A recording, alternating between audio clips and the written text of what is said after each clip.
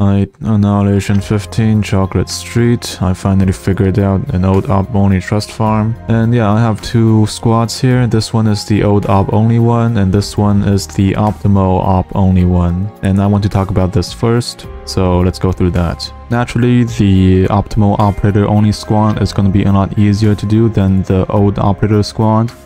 And here's the setup. You just need to deploy Mudrock at last, and you are good to go. If you look at this closely though, you will notice that there are only two essential operators, that being Mudrock and Lappland.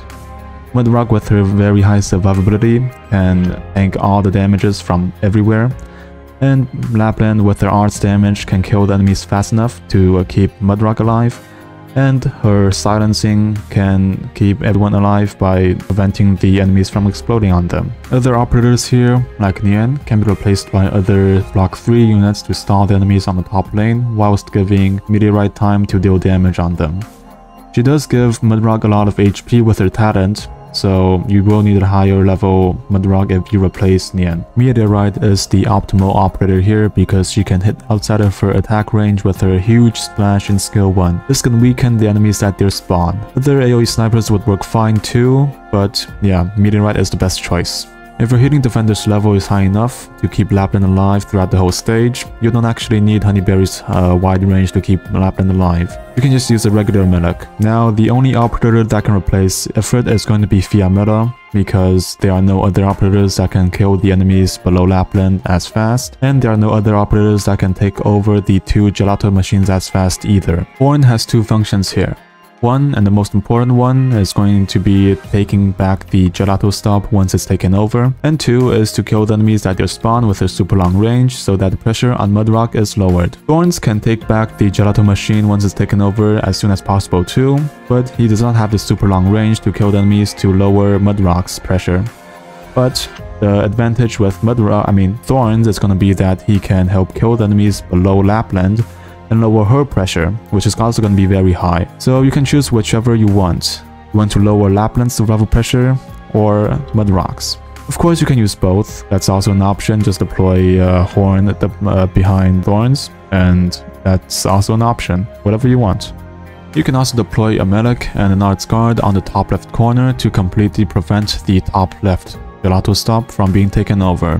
Just remember to deploy Mudrock at last no matter what. Now let's come back to the old operator squad. Blaze can be replaced by Gavio, Thorns, the Radiant Knight with someone to help block because you can only block one, and I'm going to show you that. Blaze's purpose here is to both block and deal damage on the top lane enemies, and help deal some damage on the mid lane enemies. Gavio's skill 2 can do the same, but you will need to be constantly activating her skill though. Now, if you want to replace Blaze with Thorns, you can just place Thorns in where Blaze was, but this is not the optimal placement. Placing Thorns on where the Vanguard was is going to be the optimal position because in this case, he can take over the gelato stop next to Hoshiguma once it's taken over as soon as possible, and he can help deal some damage on the enemies coming to Lappland from the bottom later, which will lower Lappland's healing pressure. If you are using the Radiant Knight to replace Blaze, there is something different too. Well, the deployment is going to be the same where you just deploy the Radiant Knight on where Blaze was, but in this case, Radiant Knight can only block one and she will leak eventually. So you want to wait until wave 222 where the last Pathfinder header drop unit will come, and once those are dealt with, you can retreat the Vanguard to free up a deployment slot, and then deploy someone next to the Radiant Knight to help stall the enemies once the Radiant Knight leaks. Hoshiguma can be replaced by all 6-star defenders except Horn. If you have Horn though, you can just deploy her behind Lappland and lower the survival pressure significantly by killing the enemies as soon as possible. 5-star defenders will also work, but you will need a far better medic to keep that defender alive. And of course, the only operator that can replace Ifrit is going to be Fiametta, because she is the only other operator that can take over the gelato stops very fast and kill the enemies coming from the bottom to Lappland as soon as possible so that Lappland does not die. You do need the medic to keep Fiametta's HP at a good level so that she can do significant amounts of damage though. To do this, you just want to wait until wave 222 where the final wave of header drop units finally get dealt with. After they are dealt with, you can just retreat the Vanguard here and deploy a medic right next to Fiametta to keep her HP up. Texas, Nearl, and Mousse can be replaced by better operators you have in the same branch, and it's very simple, so I'm not gonna go through that in detail. Lappland is essential here, so I won't go into detail of her deployment, because there is not much to talk about anyways. Meteorite can be replaced by any other AoE sniper that can deal a single instance of damage of over 2000, which is all of them. The only one that can't do that can do arts damage, so all of them should work fine. Meteorite would work the best because she can hit outside of her attack range with her skill 1's huge splash area. And just remember that if you are using Fiat Meta to replace Meteorite, you want to switch up Fiat Meta and the medic's place, and also use an AoE medic instead of a single targeting medic. Now I should have included Myrrth with the Texas Neuro Mousse thingy because there's nothing to talk about her either, but there is a lot of things to talk about with Whisperain. The best replacement for Whisperain, of course, is gonna be Lumen, but you can also replace her with Nightingale, and I'm gonna show you how. Now, as you can see on the upper left corner, this is where we are gonna be deploying Whisperain. To replace her, deploy Nightingale on the same spot facing down. Now, you might have immediately noticed that there will be no one hitting Mousse. And how do we deal with this? You might also notice that Nightingale can now heal Lappland, so there's no need for healing Defender on Lappland anymore. In this case, we can just deploy a Vanguard in Nearl's position and then put Nearl behind Mousse. Now I'm gonna be honest with you, if you do this, Mousse is going to die, probably even several times. But you just need to redeploy her and it should work out. At least I tried a lot of times, and if I redeploy Mousse, it always worked out. Now one more thing for people who have Saria. It is best to deploy Saria like this. Since Saria has a very high defense, even if the rocket launcher guys hit the defender, Saria will not lose a ton of HP and distract the medic by hitting her. If you use Nearl, this will actually backfire because Nearl will lose a lot of HP from the RPG guys, and Whisperain will be distracted by her and will stop hitting the other units, which is very bad. Finally, for the remaining slots, I recommend you to bring someone like Thorns or Horn and deploy them on where Texas is gonna be, to help do damage on the enemies and lower the pressure. If you don't have those, you can bring an extra Vanguard to deploy the units sooner, or you can bring some high ground units to bait the last few rocket launchers attacks so that, you know, they don't kill your units. Those RPGs are often the the straw that breaks the camel's back. So if you can just bait those attacks, I think the run will be a lot more stable. Because a bunch of my runs fail because those last 4 RPGs just ruin everything.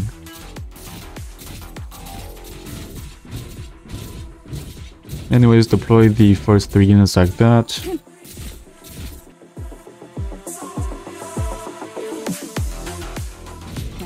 Deploy Meteorite here to take over the gelato stops. Yep.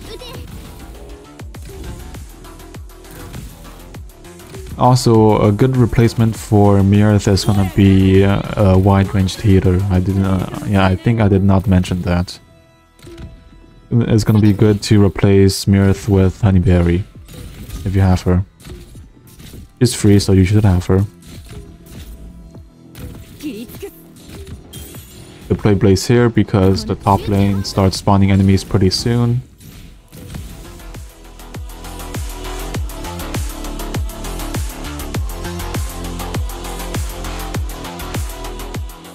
Deploy Ifrit here, facing left, to take over that gelato machine, or stop.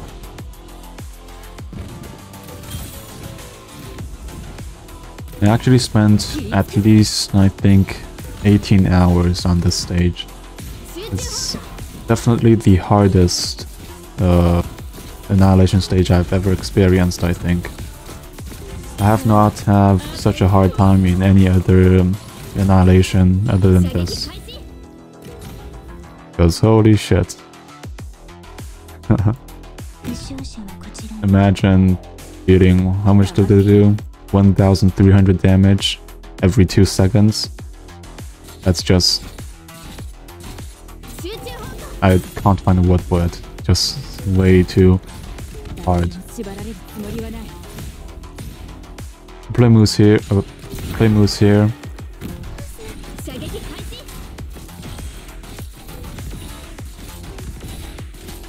Also, if you don't have any special medics, you can also use Silence, because her ASPD buff for medics is also going to be very handy, since the pressure on Hoshiguma is extremely high. We'll play Hoshiguma here at last. Or, yeah, for the operators that are going to be at the front line, you wanted to play Hoshiguma last. No one's going to be able to target Myrrth, so I can just deploy her late. Yeah, now that's... Oh, we just wait for the operators to do their thing.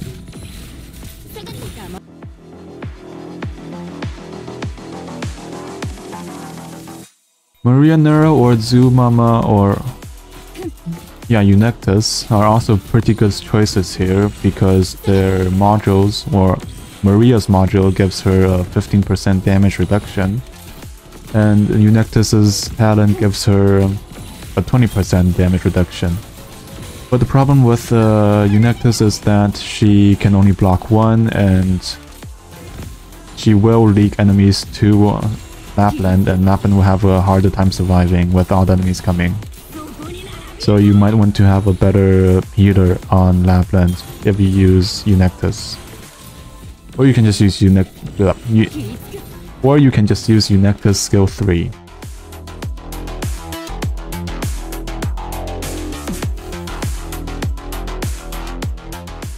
And actually recording this video brings the time I spent on this Annihilation stage up to 21 hours. Yeah. God damn. That breaks the record. I can remember the most time I spent on an Annihilation stage was 14 hours. And yeah, this Annihilation just straight up broke that record by, what, 7 hours. God damn. I can't remember which Annihilation the last one was where I spent 14 hours on.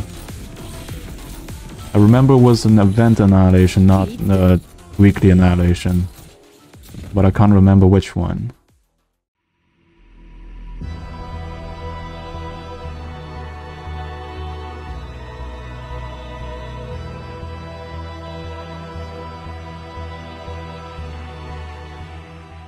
Now ideally you do not want any of those ice cream carts to explode on your operators, because you just don't want that to happen. And to prevent that, you can also bring Mitsuki and deploy him somewhere like under Whisperain, I think. That would work fine. To, you know, kill the ice cream carts before they explode, so that your units don't take that elemental damage. Which is bad news, actually. That's why I recommend you to bring someone like Honeyberry in Myrrth position.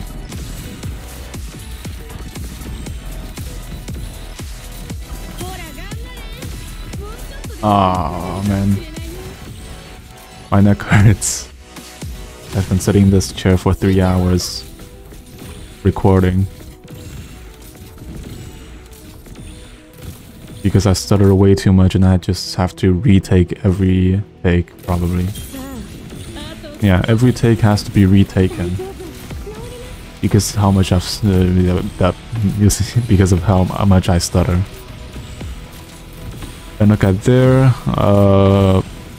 Hoshiguma almost died, so just to see how high the survival pressure is.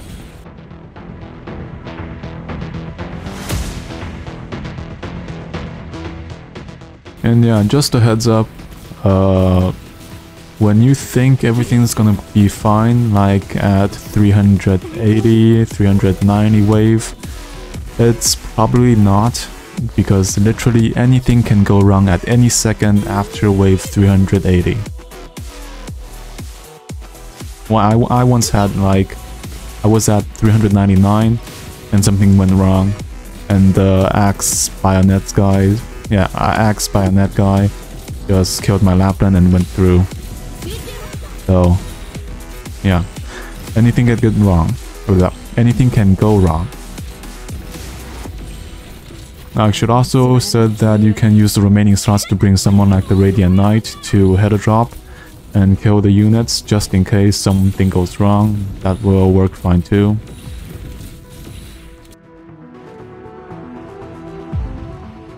And yeah, this stage is just extremely RNG heavy because the enemies just slowly chip away the Gelato Stop's HP. And there are just so many sources of that damage that you cannot source that.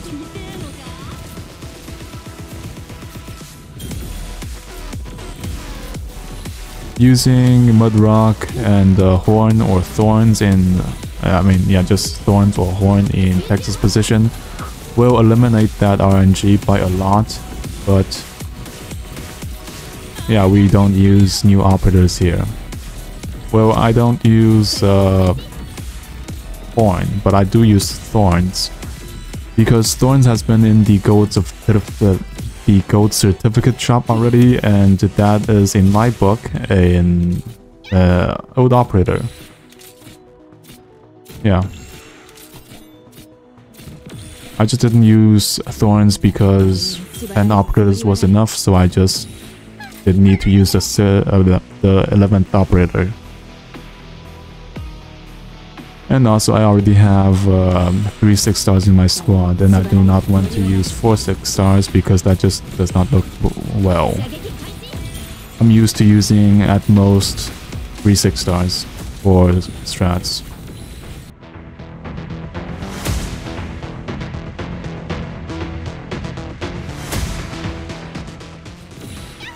Oh, I've been talking so much I did not notice we have already gone past 350 in wave.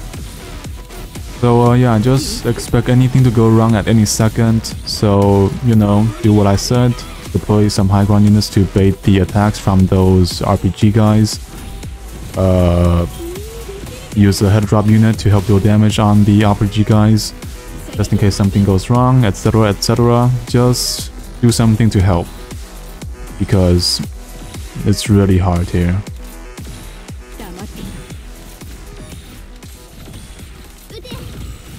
Yep, something went wrong. Hoshiguma died. I should have actually retreated Mousse at wave 288 so that Whisperain could focus on what's her name again?